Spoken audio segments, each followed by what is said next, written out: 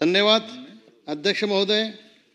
मी नियम 293 अन्वय प्रस्तावावर बोलण्यासाठी आज इथे उभा आहे. वेळ झालेला आहे 10:47 आणि मला जी वेळ आहे त्या वेळेमध्ये बोलणार आहे. जास्त वेळ घेणार नाही आहे. मी बोलणार होतो 1 तास, पण आता तुम्ही दिला वेळ तर मी बोलणार. मी आता जास्त मोठं काय भाषण करणार नाही आहे, पण बोलणं गरजेचं आहे.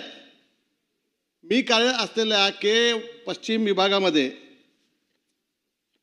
सहाय्यक आयुक्त जे आहेत त्यांनी एक अशी टीम बनवलेली आहे कंप्लेनर लोकांची, की हे कंप्लेनर लोक जे आहेत, ते तक्रारदार लोक जे आहेत, हे व्यावसायिक लोक हे केस वॉर्ड चालवत आहेत की तिकडचे अधिकारी चालवत आहेत हे कळत नाही आहे. अध्यक्ष महोदय, नवीन बांधकामे चालू आहेत. ही कामे होत असताना मोठ्या प्रमाणात प्रदूषण होत आहे. त्यामुळे धुळीचे साम्राज्य पसरत आहे. कोणतीही कारवाई होत नाही आहे.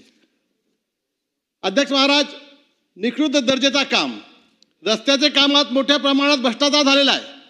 कारण जेवढे नवीन सिमेंट कॉन्क्रीटचे रस्ते बनलेले आहेत त्या सगळे रस्ते जे आहेत त्याचे निकृष्ट दर्जाचे आहेत. बनवून आज 6 महिने पण झालेले नाही आहे आणि प्रत्येक रस्त्यावर चीर पडलेली आहे, खड्डे होत आहेत. त्याचे जे सिमेंट कॉन्क्रीटीकरण जे केलेलं आहे ते कॉन्क्रीट वरून निघून जातो आहे. अध्यक्ष महोदय, ज्या कॉन्ट्रॅक्टरने कामं केलेली आहे त्या कॉन्ट्रॅक्टरने व्यवस्थित नाले बनवलेले नाही आहे. रस्त्यावर जो पाणीचा निचरा व्हायला पाहिजे तो व्यवस्थित पाणीचा निचराही होत नाही आहे.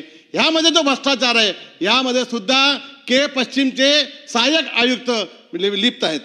अध्यक्ष महोदय, मी कित्येक दिवसापासून गेल्या 6 महिन्यापासून जेव्हापासून मी आमदार म्हणून निवडून आलेलो आहे, गुलशन नगर, बेरामबाग, जोगेश्वरी ह्या विभागाची अवस्था मी बोलत आलेलो आहे.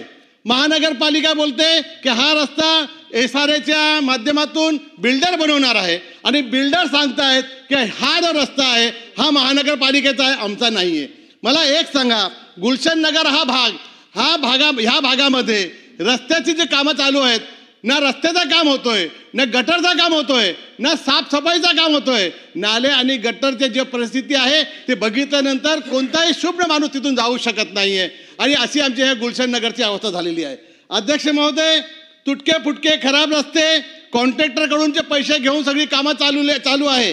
मी जास्त वेळ का आपला घेणार नाहीये. एक माझ्या प्रभागामध्ये अध्यक्ष महोदय, मी